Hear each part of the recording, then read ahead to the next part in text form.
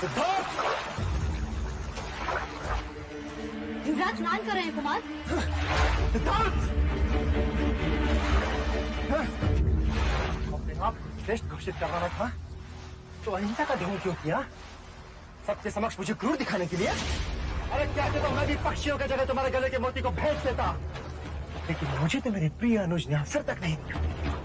इतना बड़ा कपट! ज्येष्ठ, मैंने तुम्हारे साथ कोई कपट नहीं किया और तुम तो बचपन से जानते हो कि मैं पक्षियों को लक्ष्य बनाने का विरोधी हूँ। हाँ, तुम तो बड़े अहिंसावादी हो। अरे मत भूलो सिद्धार्थ, प्रत्यक्ष नहीं पर परोक्ष रहकर तुम भी हिंसा करते हो। लोगों की भावनाओं की हत्या करते हो तुम, हत्यारे हो तुम।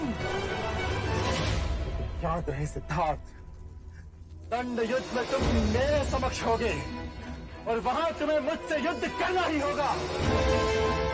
और ये दंड युद्ध ये सिद्ध करेगा कि कपिलवस्तु के गुरुकुल का सर्वश्रेष्ठ योद्धा कौन है।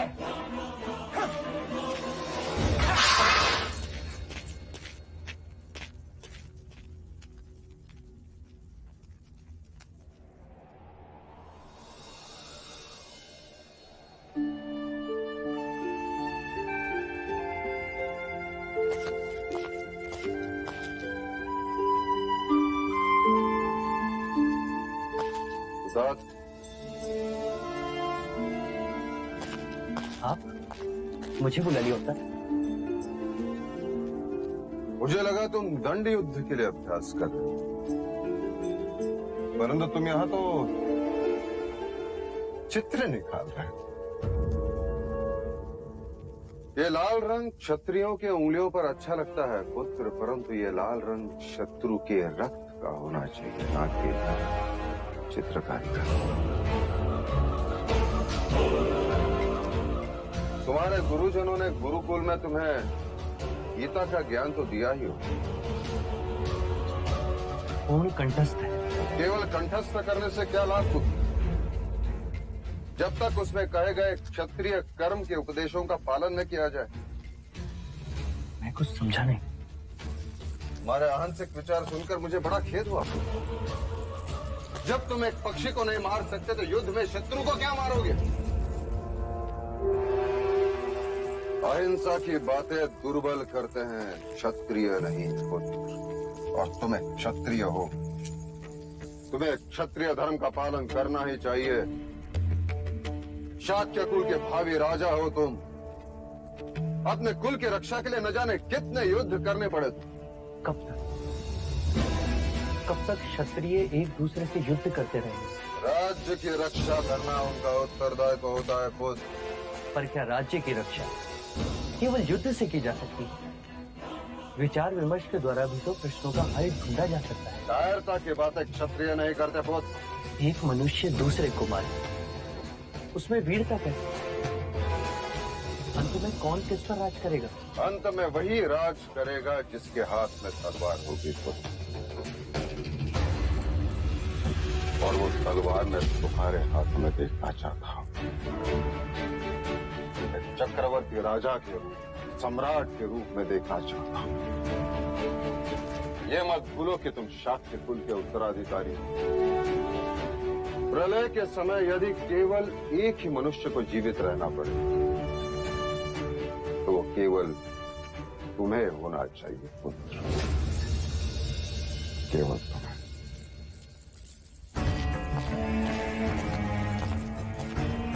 मैं गीता के उपदेश को समझता हूँ पिताजी,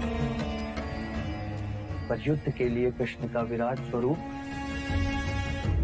आज भी मेरे लिए एक प्रश्न है।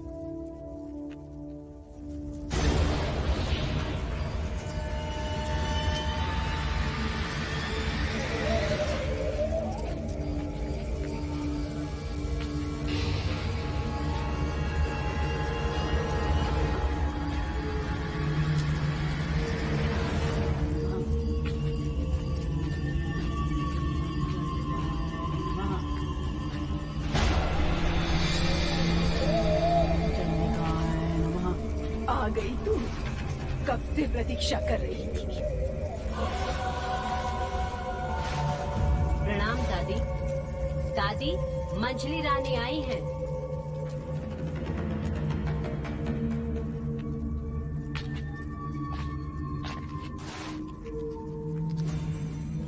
वो मेरा पुत्र। तेरा पुत्र हर समय क्रोध होता है, इसीलिए सब कुछ खोता है। जानती हूँ, इसीलिए यहाँ आई। कल अंतिम दंडयुद्ध होगा। मैं चाहती हूँ कि ये कील उठा ले। जिससे भी वो युद्ध करने वाला है, उसके दंड में ये कील ठोक देना। वो कभी भी तेरे पुत्र पर प्रहार नहीं कर सकेगा।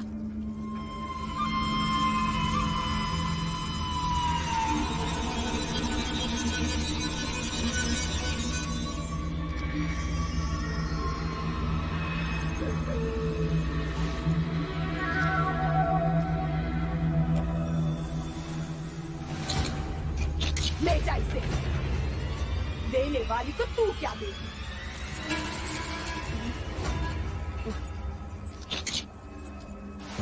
दादी, हम चलते हैं। दीदी, चलिए।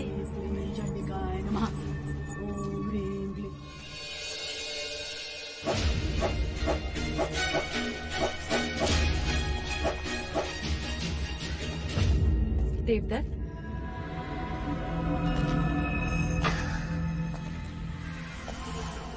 ये ले, तेरे लिए लाई। ये क्या है माँ? विजय। एक माँ अपने पुत्र के लिए विजय लेकर आई। अब सिद्धार्थ कभी भी तुझे दंड युद्ध में पराजित नहीं कर सकता। मैं कुछ समझा नहीं माँ। ये की तुझे सिद्धार्थ के दंड में ठोकनी है। फिर देखना, वो तुझ पे प्रहार ही नहीं कर पाएगा। हो गई ना तेरी जीत निश्चित?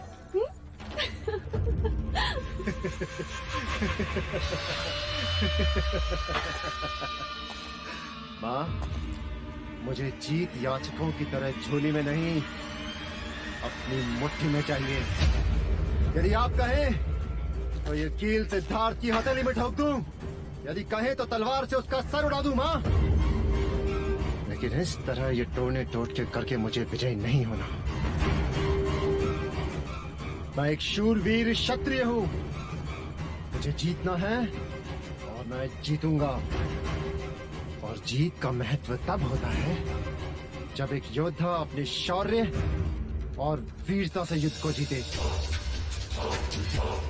लेकिन आप ये नहीं समझेंगे, क्योंकि आपको अपने पुत्र की योग्यता से अधिक विश्वास इस कील पर है।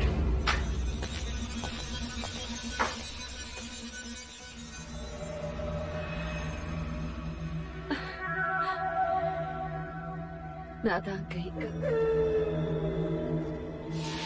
अब चाहे कुछ भी हो जाए बेटा,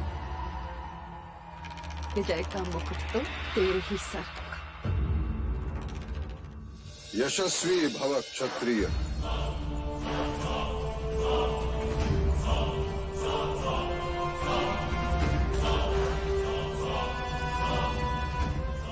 मंगला दीदी का भी आशीर्वाद लो।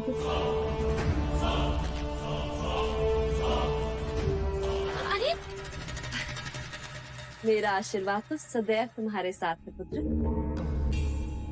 पर आज तो मैं तुम्हारे इस शस्त्र को भी आशीर्वाद देना चाहती हूँ।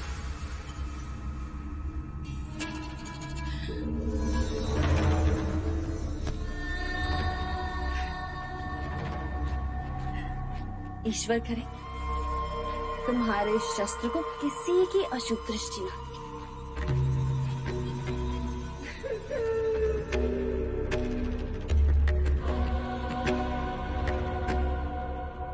ईश्वर तुम्हें देवदत्त का सामना करने की शक्ति दे। लो,